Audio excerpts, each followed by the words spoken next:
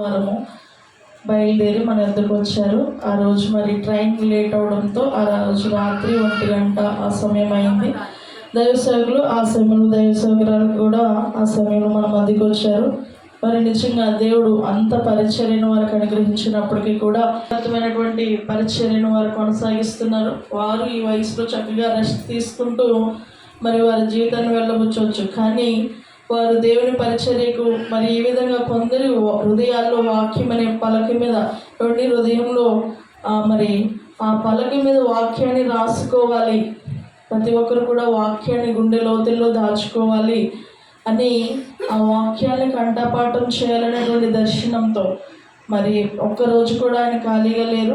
మరి ఇక్కడికి వచ్చినప్పటి నుంచి కూడా అయ్యగారికి నిన్న మార్నింగ్ ఒకరి దగ్గరికి వెళ్ళారు. మరి నిన్న సాయంత్రము దైవ సేవకులు మరి వేరే వారు కలుసుకోవడానికి వచ్చారు. మరి వారితో మాట్లాడారు. ఆ తదుపరి మరి ఇక్కడ బొమ్మూరు, ఆ తర్వాత ధవళేశ్వరం, ఇలా నిన్న 5 చర్చిల్లో దేవుని యొక్క వాక్యము ఆయన సాక్ష్యము చెప్పడానికి దేవునికి స్తోత్రం, హల్లెలూయా. దేవుడు కృప చూపించారు. మరి ఈ దినాన 6 ప్రదేశాల్లో చెప్పాలి. మరి ఇక్కడ మల్లేపేట చర్చిలో చెప్పాలి, తర్వాత చింతపిల్లకు, పెద్దాడ, ముక్తేశ్వరం, ఆ తర్వాత సాయంత్రం 6 గంటల నుంచి 7 గంటల వరకు మన మధ్యలో ఉంటారు. సాయంత్రం ప్రతి ఒక్కరు కూడా ఈ సమయాన్ని సద్వినియోగపరచుకొని తొందరగా రండి. తర్వాత ఆయన మళ్ళీ 7 గంటల నుంచి మళ్ళీ వేరే మీటింగ్కి వెళ్ళిపోతారు. వియ్యలపురం మీటింగ్లో అక్కడ చెప్తారు. కాబట్టి మీరు అందరూ కూడా 6 గంటల నుంచి 7 గంటల వరకు మీరు మన దైవ సేవకులు వస్తారని వచ్చారు. మరి ఆ రోజు ట్రైన్ 3 గంటలు లేట్ అవడంతో మరి లేటుగా రావడం జరిగింది. కానీ ఈ సాయంత్రం మాత్రం 6 గంటల నుంచి 7 గంటల వరకు మనతో మాట్లాడతారు. దేవుని యొక్క ప్రేమను మనకు తెలియజేస్తారు. మనం కూడా మన సన్మానం చేయాలనుకున్నాం కాబట్టి ఆ కార్యక్రమాన్ని మనం జరిగిద్దాము. 7 గంటల నుంచి మళ్ళీ అప్పుడు ఆయన మన దగ్గర ఉండరు. వియ్యలపురంలో మరొక సేవకుడు మరొక ప్రార్థన పెట్టుకున్నారు కాబట్టి అక్కడికి వెళ్తారు. దయతో అందరూ కూడా జ్ఞాపకం చేసుకొని మళ్ళీ రేపు ఉదయం ఒక మీటింగ్ ఉంది, రేపు సాయంత్రం ఒకటి ఉంది. మళ్ళీ మంగళవారం వారు మన మధ్య నుంచి కాకినాడ ప్రాంతానికి వెళ్ళి అక్కడ 5 రోజుల మీటింగ్లో వాడబడతారు. దేవునికి స్తోత్రం, హల్లెలూయా. ప్రతి ఒక్కరు కూడా ఈ సమయాన్ని సద్వినియోగం చేసుకోమని మరి దైవ సేవకులు మరీ చెప్పమన్నారు. ఈ సమయంలో మనం వాక్యాన్ని చూసుకుందాం.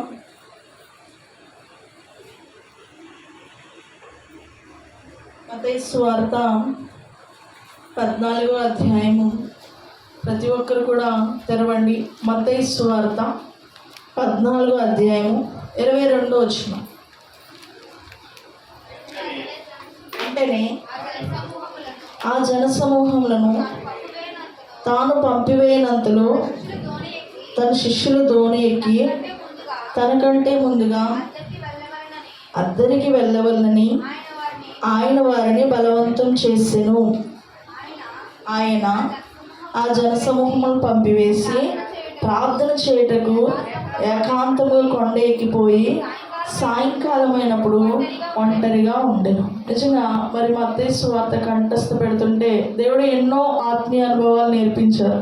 ఇదివరకు ప్రకటన గ్రంథం కంఠస్థ పెట్టినప్పుడు మరి దేవుని ప్రత్యక్షత నిజంగా నన్ను తాకింది. ఆ సమయంలో ఎంతో బలహీనరాలైనటువంటి నాకు దేవుడు తన శక్తినిచ్చాడు. దేవునికి స్తోత్రం, హల్లెలూయా. మరి నిజంగా 15 నుంచి 20 రోజుల్లోనే ప్రకటన గ్రంథం అంతా కూడా కంఠస్థ పెట్టడానికి మన మధ్యనటువంటి దైవ సేవకులకు అప్పచెప్పడానికి దేవుడు కృప చూపించాడు.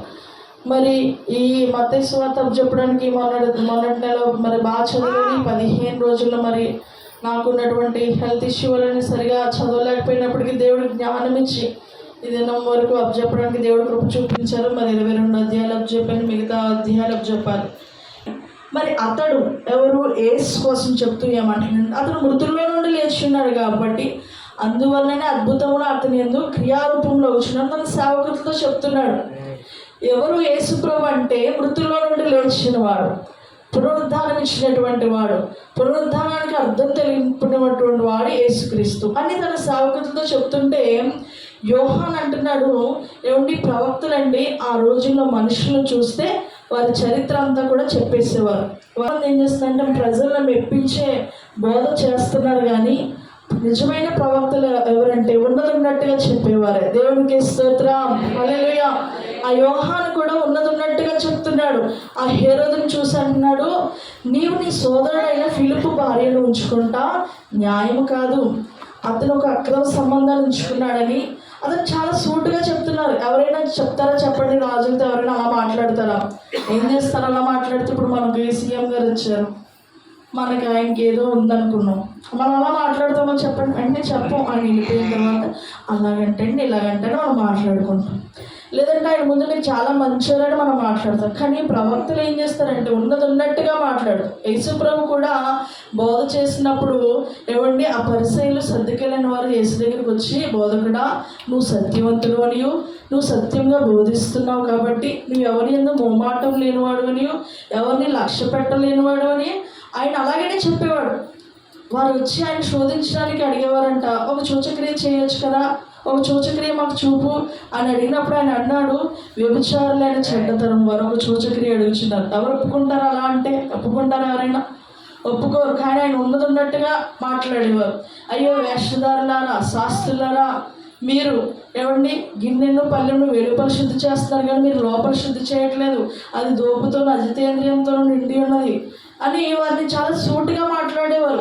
మీరు సున్నం కొట్టిన సమాధుల్లా ఉన్నారని, మీరు పైకి చాలా శృంగారంగా కనబడుతున్నారు కానీ ఏమండి సమాధులు పైకి బాగా కనబడతాయి కానీ లోపల ఎలా ఉంటాయి చెప్పండి? చచ్చిన ఎముకలతోనూ కుళ్ళుతోనూ కల్మషంతోనూ ఉన్నట్టుగా మీరున్నారు. పైకి ఏదో భక్తిగా చేస్తున్నారు కానీ లోపల చాలా వేషధారణ కలిగి ఉన్నారు, చాలా అక్రమంతో ఉన్నారని చాలా సూటిగా మాట్లాడేవాడు యేసు ప్రభు. అలాగే యోహాను కూడా చెప్తున్నాడు, ఏమండి నువ్వు హేరోదుని భార్యను అంటే ఫిలిప్పు భార్యను ఉంచుకోవడము న్యాయం కాదు. నీ సోదరుడైన ఫిలిప్పు భార్యను ఉంచుకున్నావు, అది న్యాయం కాదని యోహాను చెప్తున్నాడు. ఎవరికి? హేరోదుకి. వెంటనే హేరోదుకి చాలా కోపం వచ్చేసి ఆయన పట్టుకొని బంధించి చెరసాల్లో వేసేసాడంట. అయితే మళ్ళీ ఆయన ఇతను చంపాలని కూడా అనుకున్నాడంట. చూడండి 5వ వచనంలో, అతడు ఇతనిని చంపగోరని కానీ జనసమూహం ఇతనిని ప్రవక్తని ఎంచినందున వారికి భయపడను. చంపాలని కూడా అనుకున్నాడు.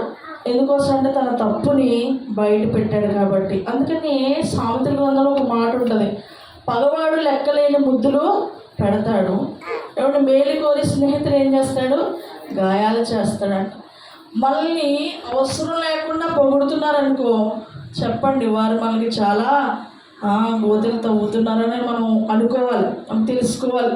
జ్ఞానం లేనివాడంట ప్రతి మాట నమ్మేస్తాడు. నువ్వు చాలా అందంగా ఉన్నావు, ఏమండి ఐ లవ్ యూ ఇలా చెప్తా ఉంటుంటే మనం మోసపోతూ ఉంటాం. అమ్మాయిలు ఈజీగా నమ్మేస్తాం, పొగిడితే ఆడవాళ్ళు ఈజీగా పడిపోతారు. కాబట్టి అలాంటి మాటలు కాదు. కానీ మన పేరెంట్స్ ఎలా మాట్లాడతారు? చాలా కఠినంగా కొన్నిసార్లు మనల్ని కొడతారు. అవసరమైతే మనం సరైన మార్గంలో నడిపినప్పుడు మనం ఏం చేస్తారు? గాయాలు చేస్తారు. వారు మనకు మేలు చేసేవారని తెలుసుకోవాలి. దేవునికి స్తోత్రం, హల్లెలూయా. అయితే ఇతను అలా మాట్లాడినందుకు అతన్ని చంపాలని కూడా అనుకున్నాడంట. అయితే ఇప్పుడు ఏం జరిగిందో చూడండి. 6వ వచనంలో చూస్తే, హేరోదు జన్మదినోత్సవం వచ్చినప్పుడు హేరోదియ కుమార్తె వారి మధ్య నాట్యమాడి హేరోదుని సంతోషపరిచింది. హేరోదుని సంతోషపరిస్తే అతని బర్త్డే వచ్చింది. అప్పుడు హేరోదుని సంతోషపరచడానికి హేరోదియ కుమార్తె నాట్యమాడింది. వీళ్ళమ్మ ఈమెకి ఏమి నేర్పిస్తుందంటే డ్యాన్స్ నేర్పిస్తుందన్నమాట. చూడండి, చాలామంది తల్లిదండ్రులు ఏం నేర్పిస్తారు చెప్పండి? డ్యాన్స్ ప్రోగ్రాంలు నేర్పిస్తారు. మనం ఏం నేర్పించాలి పిల్లలకి చెప్పండి? వాక్యం నేర్పించాలి. వాక్యం నేర్పిస్తే అలాగే జనాల్లో నాట్యమాడమని నేర్పిస్తుందా చెప్పండి తల్లి? అలా ఆ వయసు వచ్చింది, నువ్వు నాట్యమాడి అందరినీ సంతోషపరచంటున్నావు. గలతీ పత్రికలు ఏమన్నాడు పౌలు? నేను మనుషులు సంతోషపెట్టగలుచున్నానా, దేవుని సంతోషపెట్టగలుచున్నా? నేను మనుషులు సంతోషపెట్టగలవాడిని అయితే దేవుని సంతోషపెట్టేవాడిని కాదు. కాబట్టి నేను మనుషులు సంతోషపెట్టాలనుకోవట్లేదు. ఎవరిని సంతోషపెట్టాలనుకుంటున్నాను? దేవుని సంతోషపెట్టాను. మనం దేవుని సంతోషపెడితే ఆయనే మన ప్రతి అవసరత తీరుస్తాడు. ఆయన అంటాడు, నన్ను ప్రేమించే వారిని ప్రేమిస్తున్నాను, నన్ను ప్రేమించే వారిని ఆస్తికి కర్తలుగా చేస్తాను, వారి నిధులను నింపుతానంటాడు. మత్తయి సువార్త 5వ అధ్యాయంలో అంటాడు, ఏమండి ఏమి తిందుమో ఏమి త్రాగుదమో మీ ప్రాణముల గురించి, ఏమి ధరించుకుందామో అని మీ వస్త్రాల గురించి చింతించకడి. ఇవన్నీ మీకు కావాలి, నాకు తెలుసు. ఏం చేయను? మొదట నా నీతిని రాజ్యాన్ని వెతకండి. ఆకాశ పక్షులను చూడండి, అవి ఎత్తుకుంటున్నాయా, ఏమన్నా కోస్తున్నాయా, కొట్లలో కూర్చుకుంటున్నాయా అని నేను వాటిని పోషించట్లేదా? మరి మీరు ఎందుకు భయపడుతున్నారు? మీరు వాటికంటే శ్రేష్ఠులు కారా? ఎంత ఖచ్చితంగా వాక్యం చదువుతున్నప్పుడు ఆ వాక్యం మనతోనే మాట్లాడుతుంది. అలానే మనం చదువుకోవాలి, లైన్ టు లైన్. దైవ సేవకురాలు అలా చెప్తుంటే ఇంకా ఎంత జాగ్రత్తగా చదవాలో చెప్తున్నారు. అంటే కానీ అది ఆ 1 లెటర్ కూడా మిస్ అవ్వకూడదు. అంటే లెటర్ కూడా మిస్ అయినా ఆ వర్డ్ యొక్క మీనింగ్ మారిపోతుంది అని చెప్తాను. అంటే ఇంకా భయంతో, ఇంకా అనుకూలతో వాక్యాన్ని చదువుకున్నప్పుడు ఆ వాక్యం మనకు గుండె లోతుల్లోకి వెళుతుంది. ఈ విధంగా తల్లులుగా మనము పిల్లల్ని దేనికి ప్రోత్సహించాలంటే, ఇహలోకమైన వాటిని చదువు నేర్పిస్తున్నాము, వాళ్ళకి మంచి కోచింగ్ సెంటర్స్ పంపిస్తున్నాము, వాళ్ళకి ఎంసెట్ కోచింగ్ ఇప్పిస్తున్నాము, వాళ్ళకి అది ఇప్పిస్తున్నాము, ఇది ఇప్పిస్తున్నాము. ఇవన్నిటితో పాటుగా వాక్య అభ్యాసం కూడా మనం చేయించాలి. దేవునికి స్తోత్రం.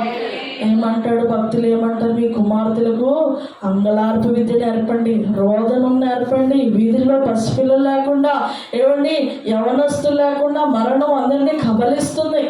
ఎవరిని మృంగదమాని సాతాను గర్జించు సింహం వలె తిరుగులాడుచున్నాడు. కాబట్టి మీ కుమారులకి, మీ కుమార్తెలకి ఏం నేర్పండి? రోదనం నేర్పండి, అంగలార్పు విధి నేర్పండి. అప్పుడు ఏం చేస్తారు? బాలుడు నడవలసిన త్రోవను వాటికి నేర్పము, వాడు పెద్దవాడైనప్పుడు దాని నుండి తొలగిపోవడం. అది నేర్పించాలి బిడ్డలకి. వారానికి ఒక్క వచనమైనా కంఠస్థ పెట్టు. రోజు అంతా నువ్వు ఎన్నో చాప్టర్స్ చదువుతావు కదా, ఎన్నో క్వశ్చన్స్ చదువు కదా.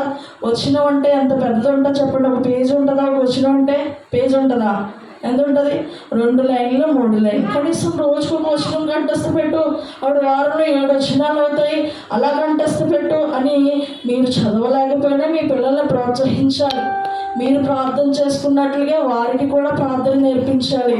ఉదయకాలం లేకపోయినా నీ డైలీ లైఫ్ని స్టార్ట్ చేసే ముందు ప్రార్థనతో ప్రారంభించు. అప్పుడు దేవుడు నీకు అడిగినవన్నీ ఇస్తాడు. వారు అడిగిన వెంటనే మనం ఇచ్చేయకూడదు. ఏం చేయాలి? మీకు ఏం కావాలో ప్రార్థన చేసుకో, దేవుడు ఇస్తాడనాలి. వాళ్ళని ప్రార్థన చేసేలాగా మనం ప్రేరేపించాలి. అప్పుడు వారు వాటిని పొందుకుంటే వారు సంతోషిస్తారు. మీరు అడిగిన వెంటనే ఇచ్చేసారనుకో, అక్కడ ఇక్కడ అప్పు చేసాక తెచ్చిచ్చేసారనుకో, దాని వాల్యూ తెలియదు పిల్లలకి. ఏం చేయాలి? ముందు ప్రార్థన చేసుకో, వచ్చేదాకా ప్రార్థన చెయ్యి అని వారికి నేర్పించాలి. అప్పుడు ఏం చేస్తారంటే వారికి ఏం కావాలన్నా ఫస్ట్ పరలోకమందున్న తండ్రిని అడుగుతారు.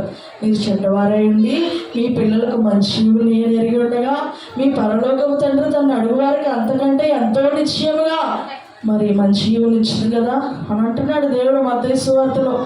మీలో మనుషుడు ఏమిటి? తన కుమారుడు రొట్టెని అడిగితే రాత్రిస్తాడా?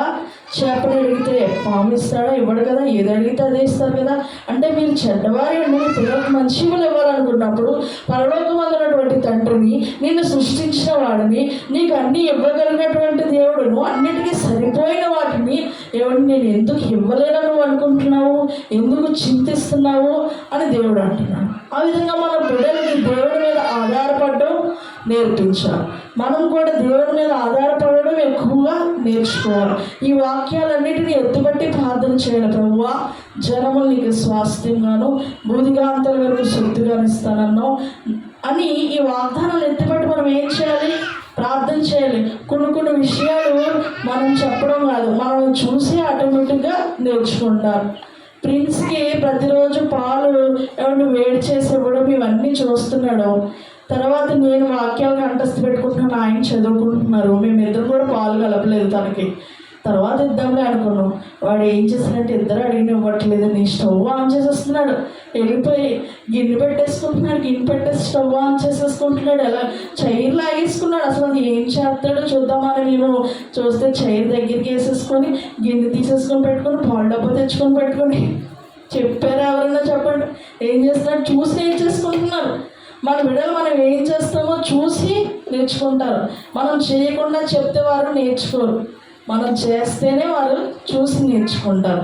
ఆ విధంగానే ఈ తల్లి ఏం చేస్తుందంటే ఈ కుమార్తెకి నాట్యం నేర్పిస్తుందంట.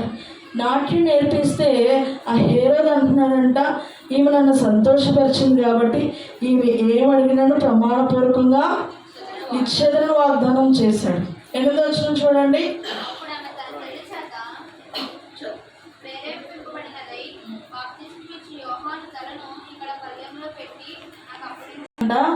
అయితే నువ్వు మంచి ఛాన్స్ వచ్చింది కాబట్టి ఇప్పుడు బాప్తీసం ఇచ్చే తలనే పల్లెంలో పెట్టిమ్మన్నాడు. ఎంత ఘోరం చూడండి. ఒక తల్లిగా అడగాల్సినటువంటి కోరికైనా బిడ్డలకు అలాగే చెప్తుందా చెప్పండి? అంటే స్వయాన్ని ఆమె ఏం చేస్తుంది? నరహత్య చేయిస్తుంది. ఒక ప్రవక్తని ఆయన ఏం చెప్పాడు? నువ్వు సరిగా ఉండయ్యా, నువ్వు పెట్టుకున్నటువంటి అక్రమ సంబంధం మంచిది కాదని చెప్పాడు. అది తప్ప ఈ రోజుల్లో మంచిగా ఉండమంటే ఏమైపోతున్నావు? ఊరికి దూరం అయిపోతున్నాడు. ఉన్నమాట మాట్లాడితే ఏమవుతారు చెప్పండి? ఊరికి దూరం అయిపో.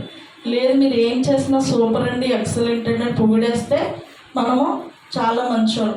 ఈ తల్లి అలా ప్రేరేపిస్తుంది. ఏమని అడుగుతావంటే మరి అప్పుడు ఆ పిల్ల చెప్పాలి కదా, అదేంటమ్మా అలా అడగమంటున్నావు ఏంటండి? తల్లిని బట్టే పిల్ల కూడా కదండి.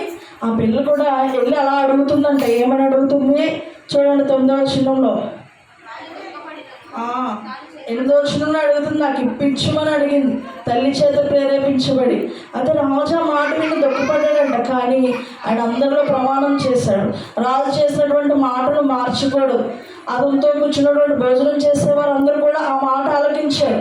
ఆలకించినందున అతను ఏం చేశాడంటే అలా చేయమని ఆజ్ఞాపించినప్పుడు ఒంట్రోతును పంపించి ఏమండి యోహాను తలను కొట్టించి ఆ చిన్నదానికి ఇచ్చి ఏమండి పంపించినప్పుడు ఆమె తన తల్లి వద్దకు దాన్ని తీసుకొని వచ్చింది. ఎంత భయంకరమైనటువంటి సంఘటన! నిజంగా ఒక మనిషిని ఒక ప్రవక్త తల పెట్టి పల్లెల్లో పెట్టి ఆమెకి ఇస్తే ఆమె వెళ్ళి ఆమె తల్లికి ఇచ్చిందంట. చాలా భయంకరమైనటువంటి సంఘటన అక్కడ జరిగింది. ఏమండి అప్పుడు యోహాను శిష్యులు వచ్చి ఆ శవాన్ని ఎత్తుకొని ఏమండి ఆయన పాతి పెట్టి యేసు ప్రభు దగ్గరికి వెళ్ళి ఈ సంఘటన చెప్పారు. జాగ్రత్తగా ఆలకించాలి. చాలామందికి మరి జోల పాట పాడినట్టుగా ఉంది వాక్యం. నిద్రపోతున్నారు, దర్శనాలు చూసేస్తున్నారు. ఇప్పుడు చూడకండి, తర్వాత చూడండి మీరు అందరూ. దేవునికి స్తోత్రం, హల్లెలూయా. అయితే యేసు ప్రభుకు వచ్చి విషయం చెప్పారు. ఏమని? యోహాను తలని ఇలాగ గుర్తించారయ్యా, ఎంత అన్యాయం జరిగిందో ఉన్నది ఉన్నట్టుగా చెప్తే అక్కడ ఉన్నటువంటి వారికి కోపం వచ్చి ఆమెకి ఏం చేసినంత ఆమె పిల్ల చేత అది అలా అడిగించి అలా చేయించిందని ఈ విషయాలన్నీ యేసుకు వివరంగా తెలిపినప్పుడు యేసు ఆ మాట విని చూడండి 11వ వచనం, యేసు ఆ సంగతి విని దోణి ఎక్కి అక్కడ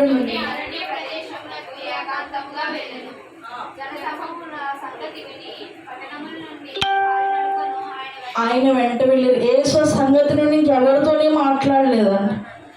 ఆయనకి ఇంకెవరితోనే మాట్లాడాలనిపించలేదు. ఎంత భయంకరమైనటువంటి జనమా అని ఏకాంతంగా అరణ్య ప్రదేశానికి వెళ్ళి అక్కడ ఉంటే జనాలందరూ కూడా ఆ సంగతి విని పట్టణాల నుంచి కాలినడకన అక్కడికి వెళ్ళిపోయారంట.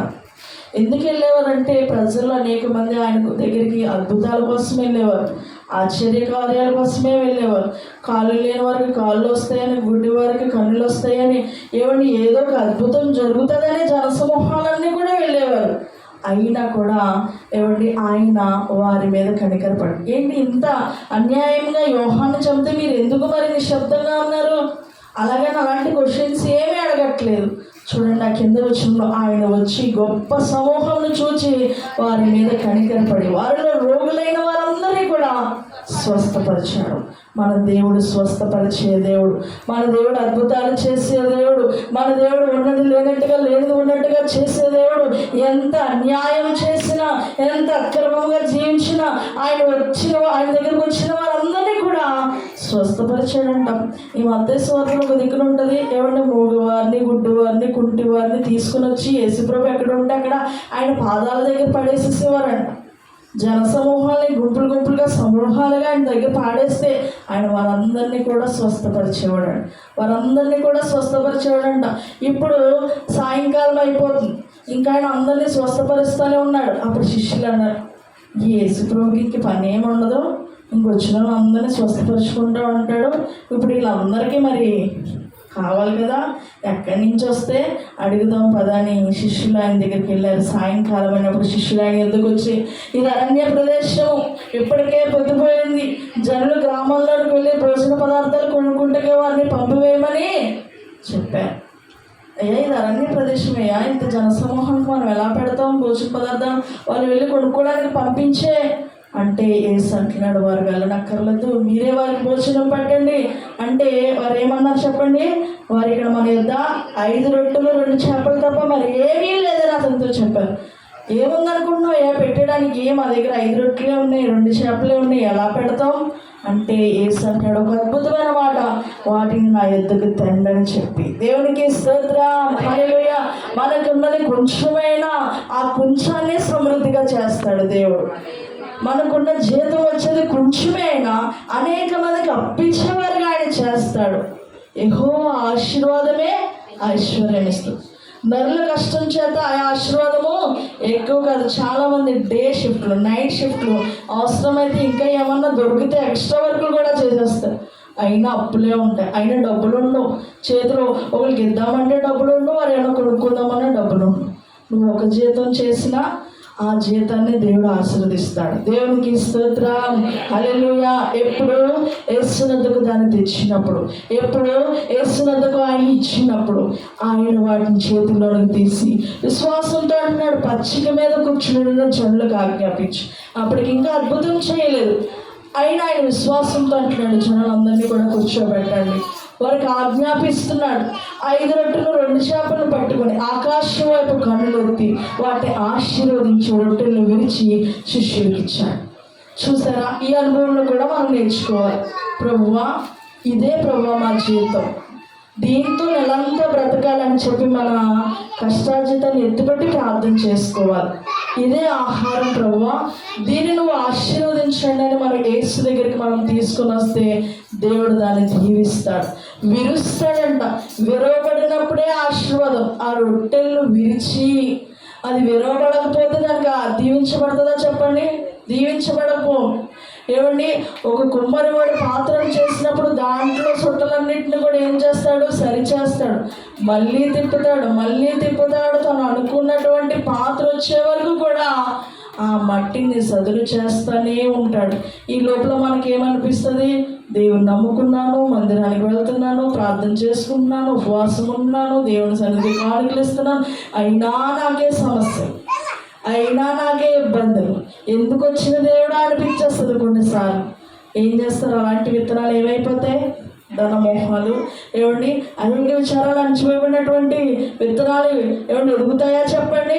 ఎదగవు. కానీ మంచి నేల పడినటువంటి విత్తనం, వర్షం వచ్చినా, ఎండ వచ్చినా, గాలి వీచినా, సూర్యుడు ఉదయించినా, మరి ఏమి జరిగినా కూడా దాని విత్తనం లోతుగా ఉంటుంది. కాబట్టి ఏమండి, అది 100 అంతలుగా, 60 అంతలుగా, 30 అంతలుగా ఫలిస్తారు. అనేక మందిని ప్రార్థనలో ప్రేరేపిస్తుంది.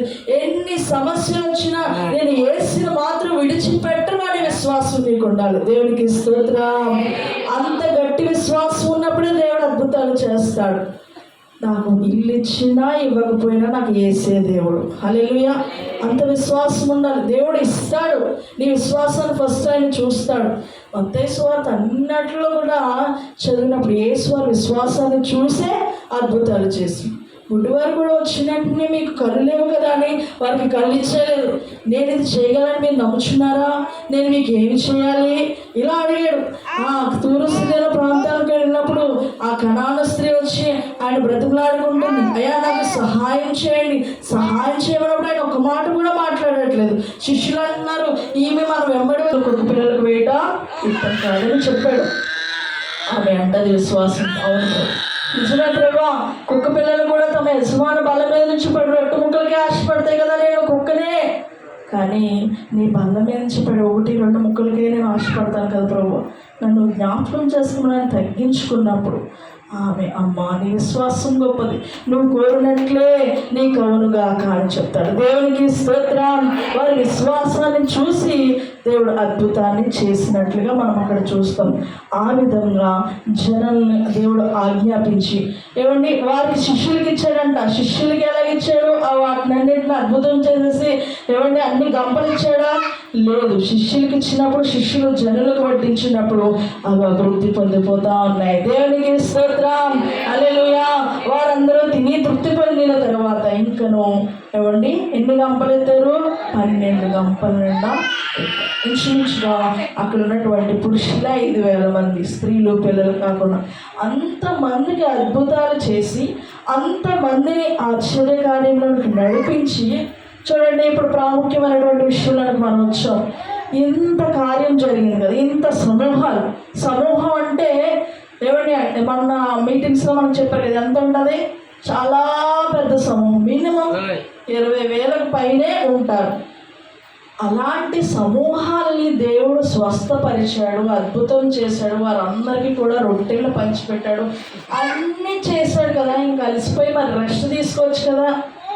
బాబోయ్, పొద్దున్నంతా డ్యూటీ చేసి వచ్చాం, పొద్దున్నంతా కాలేజీకి వెళ్ళి వచ్చాం, పొద్దున్నంతా బోర్డు హోంవర్క్ రాస్తాం, బోర్డు క్లాసులు విన్నాం, మళ్ళీ ప్రార్థన. మనకి ఏమొచ్చేస్తుంది?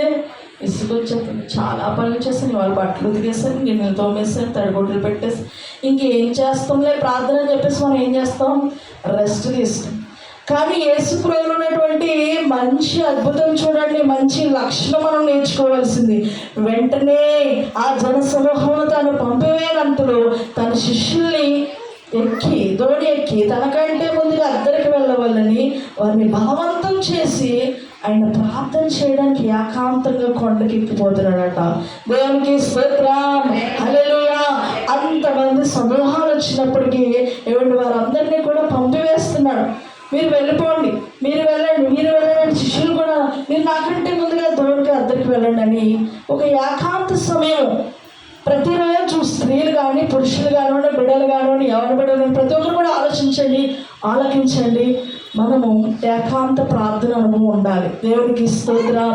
ఆయన మత్తయి సువార్త 5వ అధ్యాయం 6వ అధ్యాయం 7వ అధ్యాయంలో ఏదైతే చెప్పాడో శిష్యులకి, మరి మీరు ప్రార్థన చేయనప్పుడు ఎలా చేయాలి? నువ్వు గదిలోనికి వెళ్ళి ఏమండి తలుపు వేసుకొని రహస్యమైనటువంటి నీ తండ్రికే ప్రార్థన చేయి. అప్పుడు నీ తండ్రి నీకేమిస్తాడు? ప్రతిఫలం ఇస్తాడు. రహస్యమైన చూసి సంఘ ప్రార్థన ఉండాలి, సహవాస ప్రార్థన ఉండాలి. వీటన్నిటితో పాటు ప్రతి వారికి కూడా ఏకాంత ప్రార్థన, రహస్య ప్రార్థన కూడా ఉండాలి.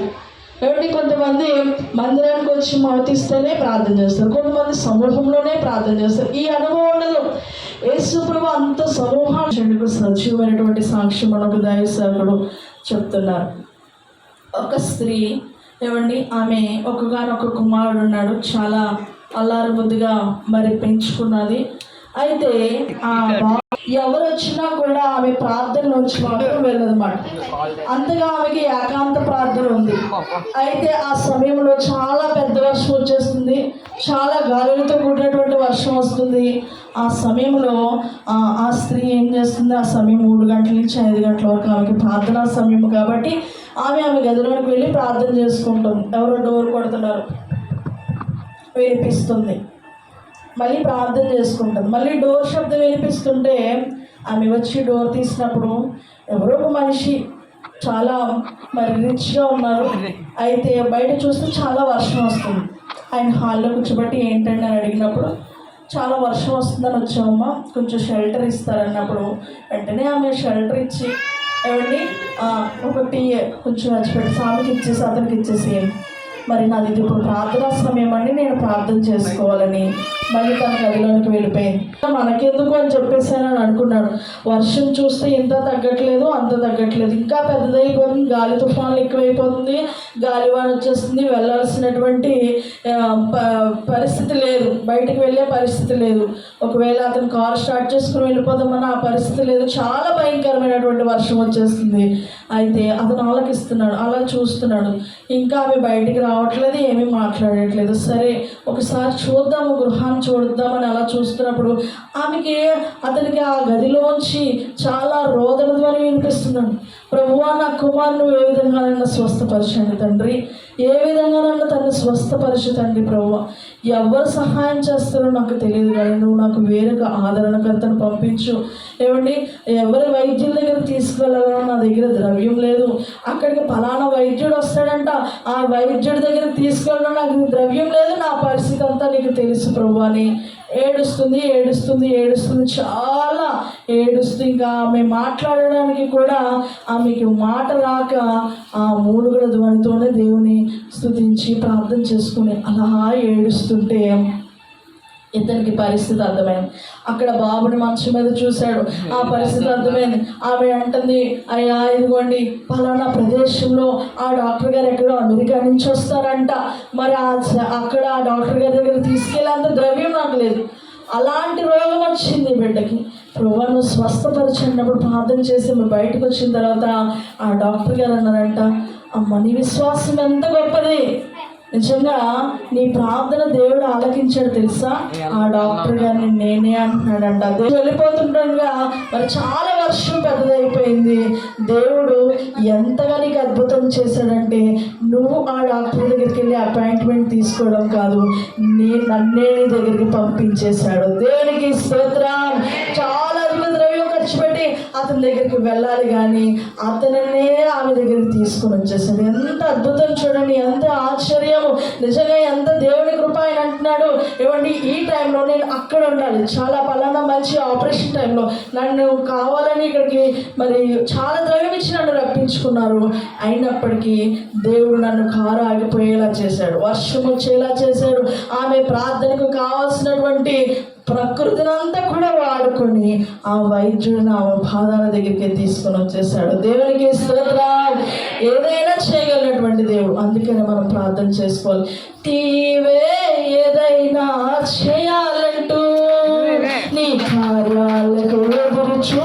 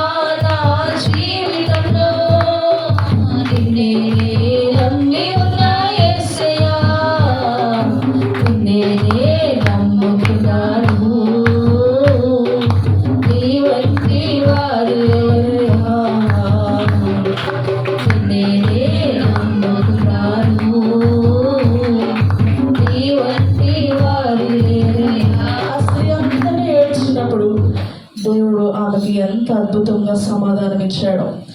ఆమెకి ₹1 కూడా, ఆ డాక్టర్ నిజంగా అన్యుడే, దేవుడిని నమ్ముకోలేదు, కానీ ఈమె ప్రార్థన వలన ఆయనకు కూడా విశ్వాసం కలిగి. అంటే దేవుడు ఏదైనా చేయగలడు, ఎవరినైనా ఉపయోగించుకోగలడు, ఏ మనిషినైనా ఉపయోగించుకోగలడు, రాజులు మార్చగలడు. ఆయన హృదయం ఏమిటి? రాజుల హృదయం ఎలా ఉంది? నీటి కాళ్ళ వలె ఉంది. ఆయన చిత్తరుతు చొప్పున దాన్ని త్రిప్పగలిగినటువంటి వాడు మన దేవుడు.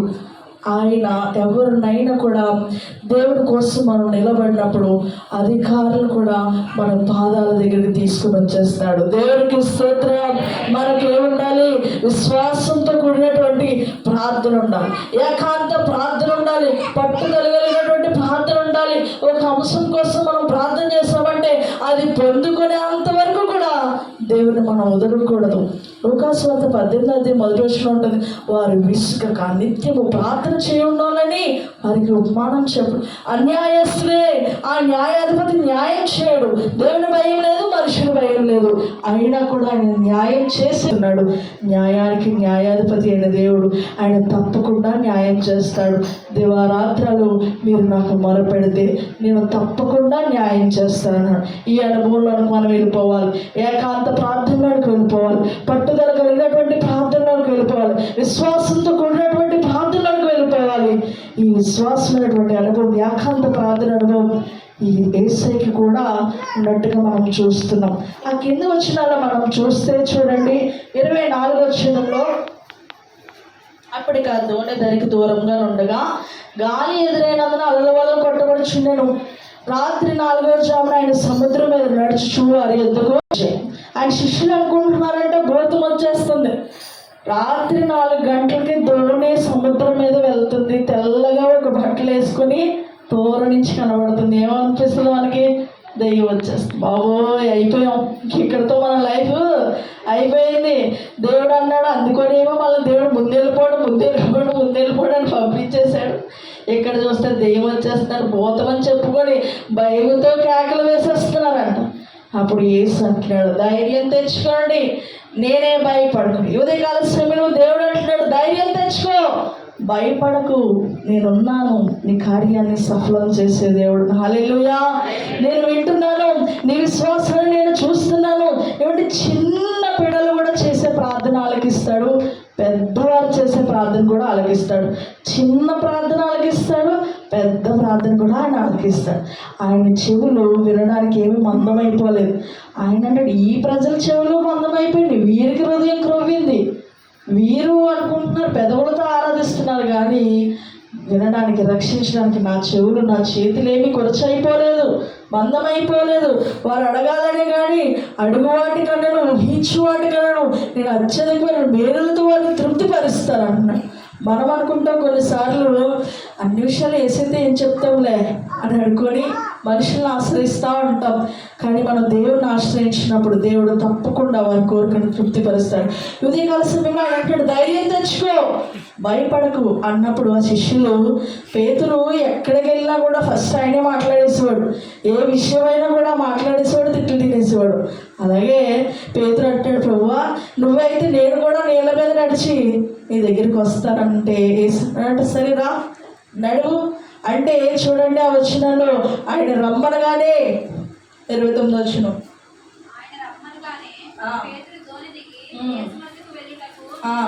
యేసునొద్దకు వెళ్ళటకు నేల మీద నడిచింది కానీ గాలిని చూసి భయపడి మునిగిపోసాగాడు.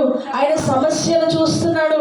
నిజంగా నేనేనా నడిచేస్తున్నాను, నిజంగా ఇలాంటి సమస్యను నేను ఎదుర్కొంటున్నాను, అలాంటి సమస్యను మనం ఎదుర్కొంటున్నామని మనకు ఒకసారి ఏమవుతుందంటే ప్రార్థనకి జవాబు వచ్చేస్తుంది అనుకో, దేవుడు మన ప్రార్థన ఆలకించేస్తున్నాడు. కొన్నిసార్లు ఏమొచ్చేస్తుంది, గర్వం వచ్చేస్తుంది. అప్పుడు ఏమవుతాం, మనము మునిగిపోతాం. ఈ పేతురు కూడా ఏం చేస్తున్నాడు, వచ్చే గాలులను అలలను చూసి భయపడి మునిగిపోతున్నాడు.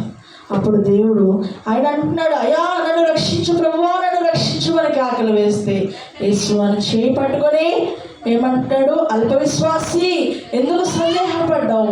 నిజంగా దేవుడు అల్ప విశ్వాసుల్ని చాలా చోట్ల ఈ మాట ఆలోచించు, అల్ప విశ్వాసాలు ఎంతకాలం నేను మీతో ఉంటాను, ఎంతవరకు నేను మిమ్మల్ని సహిస్తాను. ఆయనకి ఏమండి విశ్వాసం లేకపోతే అద్భుతాలు చేయలేదు. ఆయన స్వదేశమైనటువంటి దేశానికి వచ్చి సమాజ మందిరంలో బోధిస్తున్నప్పుడు అక్కడ ఉన్నటువంటి వారందరూ కూడా ఆశ్చర్యపడిపోయారంట. ఇతనికి ఇతను జ్ఞానం ఎలా వచ్చింది, ఈయన అద్భుతాలు ఎలాగ చేయగలుగుతున్నాడు, ఇతను తల్లి పేరు మరియ కదా, ఇతను వడ్లవాన కుమారుడు కాడా, యాకోబు యేసేపు సీమోను యోధాను వారి సహోదరులు కారా, ఇతను సోదరి మనందరూ మనతో లేరా అని ఆయన విషయమే అభ్యంతరపడ్డారంట. ఆయన అంటాడు, ప్రవక్త కానివ్వండి ఎవరైనా కానివ్వండి తన దేశంలో తప్ప, తన ఇంటిలో తప్ప మరి ఎక్కడ కూడా గణహీనుడు కాదు. మనము దేవుని యొక్క వాక్యం ఎదుగుచున్నాం, మనం బలపడుతున్నాం అంటే మొన్నటిదాకా ఇక్కడే కదా తిరిగింది, మొన్నటిదాకా ఇక్కడే ఉంది, ఎలా వచ్చేసింది అని ముందు ఎవరి నంబర్ చెప్పండి, చుట్టూ ఉన్నవారు నంబరు, మన ఇంటి వారే నంబరు, కానీ బయట వారు మనల్ని విశ్వసిస్తారు. అలాగే దేవుడు అంటున్నాడు, ప్రవక్త ఏ దేశంలోనూ తన ఇంటిలోనే గణహీనుడు తప్ప మరి ఎక్కడ కూడా గణహీనుడు కాదు అని చెప్పి యేసు వారి అవిశ్వాసాన్ని బట్టి అక్కడ అనేకమైన అద్భుతాలు చేయలేదంట. 13వ అధ్యాయము 58వ వచనంలో చూస్తే, మత్తయి సువార్త 13వ అధ్యాయము 58వ వచనం చదవండి. ఆయన అక్కడ అనేకమైన అద్భుతాలు చేయలేదు. విశ్వాసం చూసి అద్భుతాలు చేసిన వాడు అవిశ్వాసాన్ని చూసి అద్భుతాలు చేయడు. ఆయన చేయగలడు, ఆయన స్వస్థపరచగలడు, కానీ ఆయన విషయం అభ్యంతరపడ్డారు కాబట్టి వారి విషయం ఆయన అద్భుతాలు చేయకుండా ఆయన వెళ్ళిపోయాడు.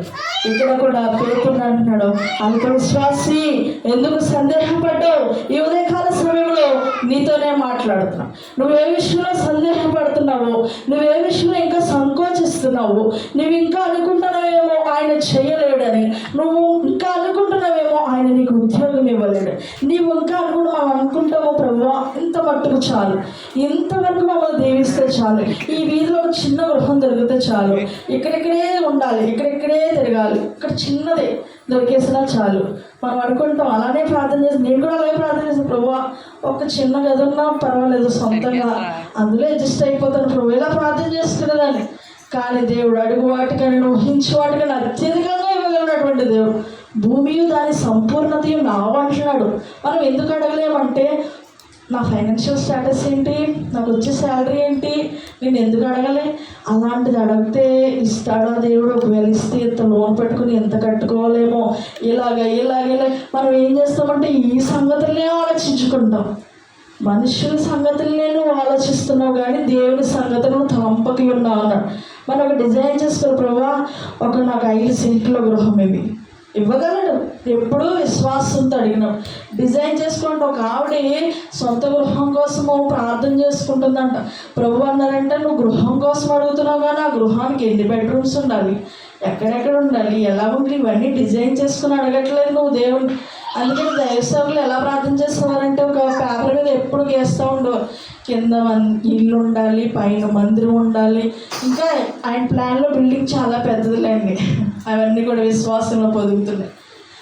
ఒకటి దర్శనం ఏంటంటే ఇలాగ మనము ఏదైనా యేసుని అడిగినప్పుడు ఒకవేళ మనం కారు అడుగుతున్నాము, ఆ కారు ఏ కంపెనీ ఉండాలి, ఏ కలర్ ఉండాలి, ఎలా ఉండాలి, ఇవన్నీ కూడా అడగాలి. జాన్ గారు అంటారు ఎప్పుడైనా నాకు ఒక 30 లక్షల బ్యాగ్ దొరికేస్తే బాను, ఎవరో పాడేస్తారులే, పాడేసినప్పుడు నాకు దొరికేస్తుంది అంటారు. చూసారా, నేను అంటాను అలాంటివి అడగకూడదు. దేవుడు 30 లక్షల కోటి రూపాయల బ్యాగ్ దొరికేయాలని అడగకూడదు. మనం ఏం అడగాలి, మనకి చూడండి మీరు అడిగిన దురుద్దేశంతో అడగకూడదు. అది మనకు అవసరమైతే ఇస్తాడు.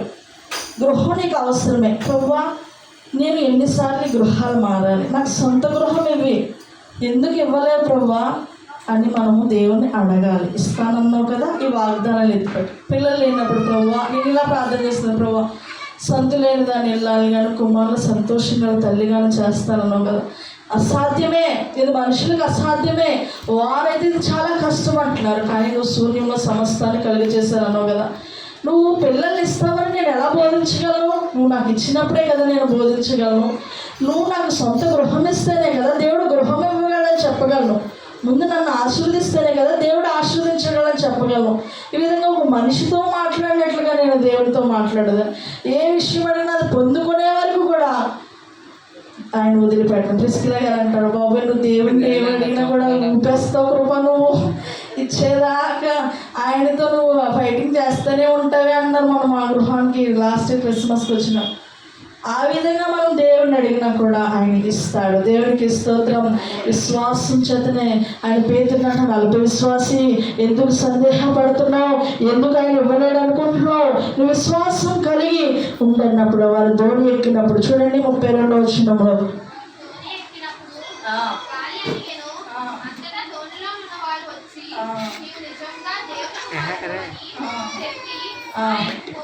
ఆయనకు మొక్కిరి. అప్పుడు వాళ్ళందరూ కూడా తెలుసుకున్నాం నిజంగా ఆయన దేవుని కుమారుడు. ఈయనకి గాలి సముద్రం అన్నీ కూడా లోబడుచున్నాయి. ఇంకొక సంఘటనలో శిష్యులు వెళ్తున్నప్పుడు వారి దోణి మీద తుఫాను లేచినప్పుడు ఆయన నిద్రిస్తున్నప్పుడు ప్రభువా మమ్మల్ని రక్షించమని ఆయన లేపారంట. యేసు ప్రభు లేపినప్పుడు అక్కడ కూడా అంటాడు అల్ప విశ్వాసులారా అని మీరు ఎందుకు సందేహపడుతున్నారని చెప్పి గాలిని సముద్రాన్ని మిక్కిలు గద్దింపగానే అవి మిక్కిలి నిమ్మలమైనట్లుగా. ఈయనెవరో, ఈ మనుషులు ఎవరో, ఈయనకి గాలి సముద్రానికి లోబడుచున్నవాడిని దేవుని మహింపరిచినట్లుగా ఇంకొక సంఘటనలో కూడా ఉంది. అంటే మనకి ఉన్నటువంటి ఫలాలలో ఈ విశ్వాసం అనే ఫలం మనకు చాలా అవసరం. చెప్పండి, ఇది నన్ను దేవుడు మనతో ఏం మాట్లాడాడు? ఏకాంత ప్రార్థన ఉండాలి, రెండోది విశ్వాసము ఉండాలి. ప్రార్థన ఉండాలి, విశ్వాసం ఉండాలి. విశ్వాస జీవితానికి ఈ రెక్కలు చాలా అవసరము. ప్రార్థన, వాక్యం, విశ్వాసం. అందుకే గలతీ పత్రికలో ఏముంటుంది? ఆత్మఫలాలు ఏంటి? ప్రేమ, సంతోషము, సమాధానము, దీర్ఘశాంతము, దయాళుత్వము, సాత్వికము, మంచితనము, ఆశానిగ్రహం. ఇవన్నీ కూడా ఫలాలు మనం ఫలించినప్పుడే. అంటే ప్రార్థన చేసుకుంటున్నాం, వాక్యం చదవట్లేదంటే ఒక దాంట్లో ఫలిస్తున్నాం, ఇంకో దాంట్లో ఫలించట్లేదు. ఆయన ఆకలి కొన్నప్పుడు ఆయన పట్టణంలోకి మరలా వచ్చినప్పుడు ఆయన ఆకలి కొనగానే ఒక అంజూరపు చెట్టు దగ్గరికి వెళ్ళాడు. దాన్ని చూసినప్పుడు దాని ఏదో ఆకలి తప్ప మరి ఏమీ కూడా కనబడలేదు. వెంటనే యేసుప్రభు గారు కోపం వచ్చి మరి నువ్వు ఎన్నటికీ కూడా కాపు కాయకుందుగా కన్నప్పుడు ఆ తక్షణం ఆ చెట్టు ఎండిపోయిందంట.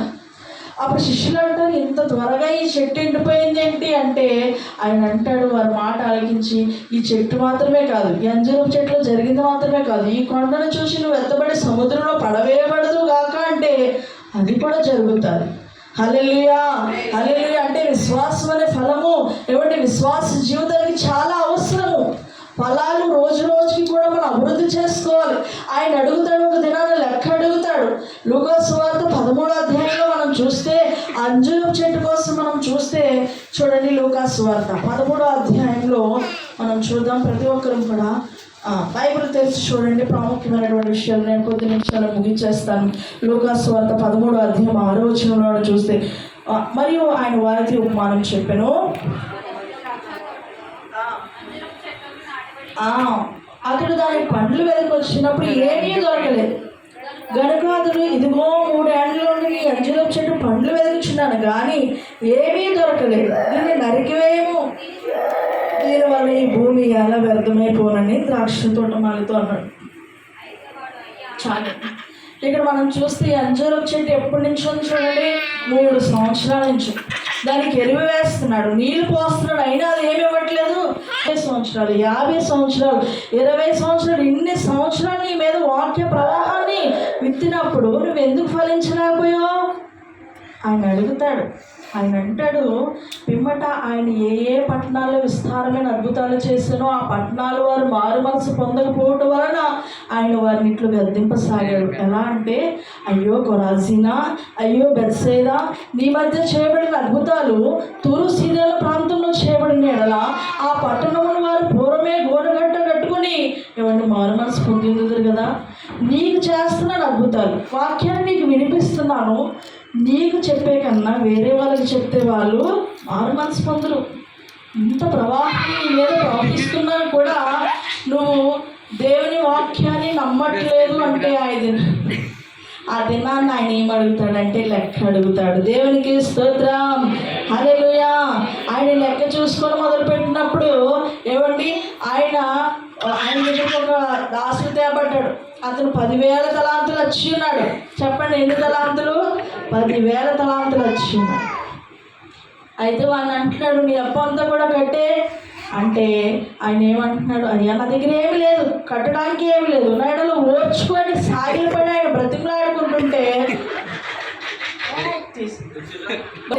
ఆ దాసుని మీద కనికరపడి ఆయన అప్పంతా కూడా క్షమించాడంట దేవుడు. దేవునికి స్తోత్రం, హల్లెలూయా. ఆయన ఒక దినాన్ని క్షమించే దేవుడు. తర్వాత ఆయన ఏం చేస్తాడంటే లెక్క కూడా అడుగుతాడు. ఆ తర్వాత అతను తోటి దాసుడు క్షమించలేనప్పుడు, ఓ చెడ్డదాసుడా, నేను నిన్ను క్షమించిన ప్రకారం నువ్వెందుకు క్షమించలేకపోయావు? ఒక 50 రూపాయలు అప్పుడున్నవాడు నువ్వెందుకు క్షమించలేకపోయావని అతను ఏమడిగాడు చెప్పండి? లెక్క అడిగాడు. లెక్క చూసుకోవడం ఆయన మొదలు పెట్టినప్పుడు మనందరికీ ఏం చేస్తాడు చెప్పండి? తొక్క ఇస్తాడు, అడుగుతాడు. ఆయన అంటాడు, విమర్శ సమయమందు తూరు సీదోను ప్రాంతం వారు మీ మీద నిలబడి నేరస్థాపన చేస్తారు. మీకు చేసే అద్భుతాలు నినివే ప్రాంతంలో ఏమంటే సొదొమ గుమరాలా చేస్తే ఆ సొదొమ గుమరాలు ఇప్పుడు కూడా నిలబడి కదా. ఇప్పటికీ అక్కడ ఆ ప్రాంతంలో ఒక మొక్క కూడా మొలబట్టలేదంటే అక్కడ ఇన్ని కపెర్నహూములో చేసినటువంటి అద్భుతాలు అక్కడ అన్ని జరగలేదు. ఆయన అంటాడు చూడండి, విమర్శ సమయాన్న నినివేవారు ఏమంటే యోనా ప్రకటన విని మారు మనసు పొందిన నినివేవారు ఈ తరం వారితో నిలబడి వారి మీద నేరస్థాపన చేస్తారు. ఎందుకోసమంటే యోనా కంటే గొప్పవాడు. దేవునికి స్తోత్రం. సొదొమ కంటే గొప్పవాడు, దేవాలయం కంటే గొప్పవాడు. ఇంత గొప్ప దేవుడు నీకు మధ్యన సంచారం చేస్తున్నాడు. ప్రతి వారం కూడా మనం చెప్పుకుంటున్నాం కదా, మాట ఆలకించండి. గుడ్డివారు చూపు పొందారని చెప్పుకుంటున్నాం, కుంటివారు నడిచారని చెప్పుకుంటున్నాం, దేవుడు ఏదైనా అద్భుతాలు చేయగలడని చెప్పుకుంటున్నాం. అయినా కూడా మన విశ్వాస జీవితంలో, ప్రార్థన జీవితంలో, వ్యక్తిగత వాక్య ఏమండి ధ్యానించిన విషయాల్లో మనం ఫలించలేకపోతున్నాం. పరిశుద్ధాత్ముడు నీతోనే మాట్లాడుతున్నాడు, ఎందుకు నువ్వు ఫలించలేకపోతున్నావు? ఆయన అంటాడు, దీన్ని తీసివేయండి, మంచి ఫలాలు ఫలించే ప్రతి చెట్టు కూడా నరకబడి అగ్నిలో వేయబడతారు. అప్పుడు ఆయన ఎవరేదో మోమాటం లేనివాడిగా తీర్పు తీరుస్తాడు. దక్షిణ దేశపు రాణి కూడా ఈ తరం వారితో నిలబడి నేరస్థాపన చేస్తుందంట. సొలొమోను జ్ఞానం వినడానికి ఆమె భూమి అంతాల నుంచి కూడా వచ్చింది. ఆమె అంటది, సొలొమోను కంటే గొప్పవాడు వచ్చాడు, మీ మధ్య అద్భుతాలు చేశాడు, ఆ వాక్యం అంతా మీకు వినిపించబడింది, అయినా నువ్వు ఎందుకు రక్షణ తీసుకోలేదు? ఆయన అడుగుతాడు ఈ విధంగా, అయినా నీ ఇంటి వారు రక్షించబడాలనే భారంతో నువ్వు ఎందుకు ప్రార్థన చేయలేకపోయావు? అయినా నువ్వు ఎందుకు సహవాసంలో ఉండలేకపోతున్నావు? అయినా నువ్వు ఎందుకు సంఘానికి రాలేకపోతున్నావు? అయినా నువ్వు ఎందుకు ప్రేయర్ టీంలో జాయిన్ అవ్వలేకపోతున్నావు? అయినా నువ్వు ఎందుకు వ్యక్తిగతంగా ఆయనతో సహవాసం కలిగి ఉండట్లేదు? ఆయన అడుగుతాడు. ఏమండి, ఆయన అడిగినప్పుడు మనం అందరం కూడా ఏం చేయాలి? ఆ లెక్కలో సమాధానం చెప్పవలసినటువంటి వారంగా మనము ఉన్నాము. ఆయన అంటున్నప్పుడు ఆయన అంటున్నాడు, దీనివల్ల ఈ భూమి ఎలా వ్యర్థమైపోతుంది? చూస్తాడు చూస్తాడు చూస్తాడు. ఏమండి, సామెతల గ్రంథంలో ఉంటుంది కదా, ఎన్నిసార్లు గద్దించిన లోబడిన వాడు మరి తిరిగి లేకుండా హఠాత్తుగా నాశనం అయిపోతాడు. ఇంత ఖచ్చితంగా దేవుని యొక్క వాక్యం ఉంది. భూమి వేస్ట్ అయిపోతుంది, ఈ మనిషిని వల్ల భూమి వేస్ట్ అయిపోతుంది. ఇంతేనా కాకుండా వేరొకరికి నిలబెడితే వాడు వాడుకోబడతాడు. అంత ఖచ్చితంగా ఆయన వాక్యం ఉందో. ఆయన అంటున్నాడు, ఈ చెట్టుని కాకపోతే వేరే చెట్టుని నాటుకుందాం, అది ఫలిస్తుంది అంటే ఆ తోటమాలి అంటున్నాడు, అయ్యా వాడు ఆ పనివాడు బ్రతిమలాడుకుంటున్నాడు, అయ్యా మరొకసారి దానికి అవకాశం నేను దాని చుట్టూ తవ్వి ఎరువు వేయమట్టుకి సంవత్సరం కూడా ఉండనివ్వండి, అది ఫలించినా సరే లేని ఎడల నరికించివేయమని అతనితో చెప్పాడు. దేవునికి స్తోత్రం. ఈ సంవత్సరం కూడా ఉండనివ్వండి. దేవుడు కూడా నీ కోసం నా కోసం ఏమండి ఆయన మూలుగులతో బ్రతిమలాడుకుంటున్నాడు పరలోక తండ్రిని. ఈ సంవత్సరం కూడా ఉండనివ్వండి, ఈ డిసెంబర్ కూడా ఉండనివ్వండి, ఈ క్రిస్మస్ కూడా ఉండనివ్వండి, ఈ న్యూ ఇయర్ కూడా ఉండనివ్వండి. ఒకవేళ మారు మనసు పొందుతారేమో, ఒకవేళ రక్షణ పొందుతారేమో, ఈ సంవత్సరం కూడా ఉండనివ్వండి. ఏమండి ఉచ్చరింప సఖ్యం కానీ మూడులతో ఏమండి మనము ఆ విధంగా రోదనం చేయలేము. కాబట్టి రోమేలు రాసిన పత్రికలో ఆ మాట ఉంటుంది, ఆయనే మన కోసం ప్రార్థన విజ్ఞాపన చేసి ప్రతిరోజు మనం చేయాల్సినటువంటి ప్రార్థన మనం చేసుకోవట్లేదు అంతే. మీకు తెలుసా మన పక్షాన్ని ఒకడు ప్రార్థన చేసేవారు ఉన్నారని? మీకు తెలుసా మన కోసం ఒక విజ్ఞాపన దేవుని సన్నిధికి వెళుతుందని మనం ఇంత ఆరోగ్యంగా ఆనందంగా మన జీవితాన్ని కొనసాగిస్తున్నామంటే అనేక పరిశుద్ధుల ప్రార్థన మన పక్షాన వెళ్తున్నాయి. దేవునికి స్తోత్రం. హల్లెలూయా హల్లెలూయా. ఈ ప్రార్థనని ఆయన సన్నిధికి దూపం వల్లే వెళ్ళి నీకు రావాల్సినటువంటి కీడంతటిని కూడా ఆపు చేస్తున్నాయి. అందుకోసమే ఆయన దేవుడు ఈ సంవత్సరం ఫలించాడు. ఇంకా ప్రార్థన జీవితంలో నువ్వు ఇంకా అంత అనుభవం లేవేమో, ఒక 5 నిమిషాలు ఒక 20 నిమిషాలు ప్రార్థన చేసుకోగానే నీకు విసుగు వచ్చేస్తుందేమో. 5 నిమిషాలు ప్రార్థన చేసేవారు, ఇంకొక 10 నిమిషాలు పెంచుకోవాలి. ఒక అరగంట ప్రార్థన చేసేవారు, పొద్దున్న ఒక అరగంట, సాయంత్రం ఒక అరగంట చేసుకోవాలి. సహవాస ప్రార్థన ఉదయం కుదిరితే ఉదయం, సాయంత్రం కుదిరితే సాయంత్రము ఏమండి ఆ ప్రార్థన సమయంలో పాల్గొనాలి. ఏమండి వాక్యం చదివేవారు ఒక అధ్యాయాన్ని కంఠస్థ పెట్టగలిగిన వారు ఇంకొక అధ్యాయాన్ని కంఠస్థ పెట్టాలి. ఈ వాక్యం దొరకని కాలం వస్తుంది, అప్పుడు ఇక్కడ వాక్య ప్రవాహము జరగదు. ఆత్మ ఫలాలు రోజు రోజుకి అభివృద్ధి చేసుకోవాలి. చేసుకోకపోతే ఆయన నరికి వేస్తాడు, ఆయన తీసివేస్తాడు. ఆ దినాన్ని అయ్యా నాకు ఇంకా సమయం ఇవ్వండి ప్రభువా అని మనం బ్రతిమలాడుకుంటే ఆయన మన మీద కనికరపడడు. ఆ ధనవంతుడు అడుగుతున్నాడు, అయ్యా నేను వెళ్ళి మా సహోదరులకు చెప్పుకుంటానంటే ఆయన ఏమంటున్నాడు? నేను చెప్పేవారు చాలామంది ఉన్నారు. వారి మాట మీద మారు మనసు పొందితే వారు పరలోకం వస్తారు. ఇంక నువ్వు భూమి మీద జీవించినంత కాలమే నీకు ఈ సమయం, తర్వాత మళ్ళీ నేను సజీవుడినే తిరుగుతాను అని నువ్వు అనుకుంటే ఇక సమయము ఉండదు. ఆ సమయంలో ఏమండి ఆయన మంచివారినేమి, చెడ్డవారినేమి, గొప్పవారినేమి, లేని వారినేమి, ధనికులేంటి, దరిద్రులేంటి అందరినీ కూడా తీర్పులోకి తీసుకొచ్చిన దినాన్ని, మంచిదే కానీ చెడ్డదే కానీ దేహంతో జరిగించిన ప్రతి క్రియను కూడా, సూర్యుడి కింద చేసినటువంటి ప్రతి కార్యాన్ని కూడా ఆయన వెలుగులోకి తెచ్చినప్పుడు ఆయన ఎవరు ఎందో మోమాటం లేనివాడుగా ఉన్నాడు. అన్ని విషయాలు ఆయన లెక్క చెప్పడానికి ఉన్నాడు. ఏమండి విశ్వాస జీవితంలోనే కాదు మన మాటల విషయంలో కూడా లెక్క చెప్పాలండి. మత సోదరు అంటారు మనుషులు పలికే ప్రతి వ్యర్థమైన మాటల కోసం కూడా లెక్క చెప్పాలి. గృహ నిర్వాహక విషయంలో కూడా లెక్క చెప్పాలి. మనకిచ్చే ధనం విషయంలో కూడా లెక్క చెప్పాలి. అన్ని విషయాల్లో కూడా ఆయన లెక్క అడుగుతాడు. ఈ ఉదయకాల సమయంలో పరిశుద్ధాత్ముడు నిన్నే అడుగుతున్నాడు. ఇంకా నువ్వు విశ్వసించలేకపోతున్నావు, విశ్వసించు. ఇంకా నువ్వు ఏ విషయంలో లోటుగా ఉన్నావేమో ఆ విషయాన్ని సరి చేసుకొని ప్రభువా నీ సహాయం నాకు అందించు. ఇప్పటిదాకా ఫలించలేకపోయాను, ఇప్పటిదాకా నీలో ఇంకా నా శరీరాన్ని నలగొట్టుకోలేకపోయాను ప్రభువా, ఇప్పుడు అడుగుతున్నాను తండ్రి, నువ్వు నా విషయంలో కార్యం చేయి. నాకు అపనమ్మకం కలగకుండా చేయి. నా బిడ్డలతో పాటు నీ సన్నిధికి వచ్చేలాగా నన్ను చేయి. కుటుంబం అంతా ఫలించేలాగా మమ్మల్ని చేయండి. ఒక దినాన్ని ప్రభువును లెక్క అడుగుతాం. ఆ లెక్కలో మేము అయ్యా నీతో సమాధానం చెప్పడానికి ప్రభు ధైర్యముగా నీ సింహాసనం. ప్రతి ఒక్కరు కూడా కళ్ళు మూసుకొని ప్రార్థన చేస్తారు. ప్రార్థన చేద్దాం. ప్రతి ఒక్కరు కూడా కళ్ళు మూసుకొని 1 నిమిషం ప్రార్థన చేసుకుందాం. ప్రభువా ఒక దినాన్ని ప్రభువును లెక్క అడుగుతాం. మాకు ఇచ్చిన తలాంతుల విషయంలో లెక్క అడుగుతాం. నేను అనేకమైన వాటి మీద నియమిస్తానన్నాడు. చెడ్డదాసుని వెలుపడి చీకట్లోనికి త్రోసివేయమన్నాడు. అక్కడ ఏడుపులు పండ్లు కొరుకుంటే ఉంటాయని చెప్పాడు. ఎంత ఖచ్చితంగా దేవుని యొక్క వాక్యం ఉందో ప్రభువ. ఇంకా ఏ విషయంలో నేను లోటుగా ఉన్నానేమో దయచేసి నన్ను సరిచేయండి, ఫలించదానిగా ఉంచండి.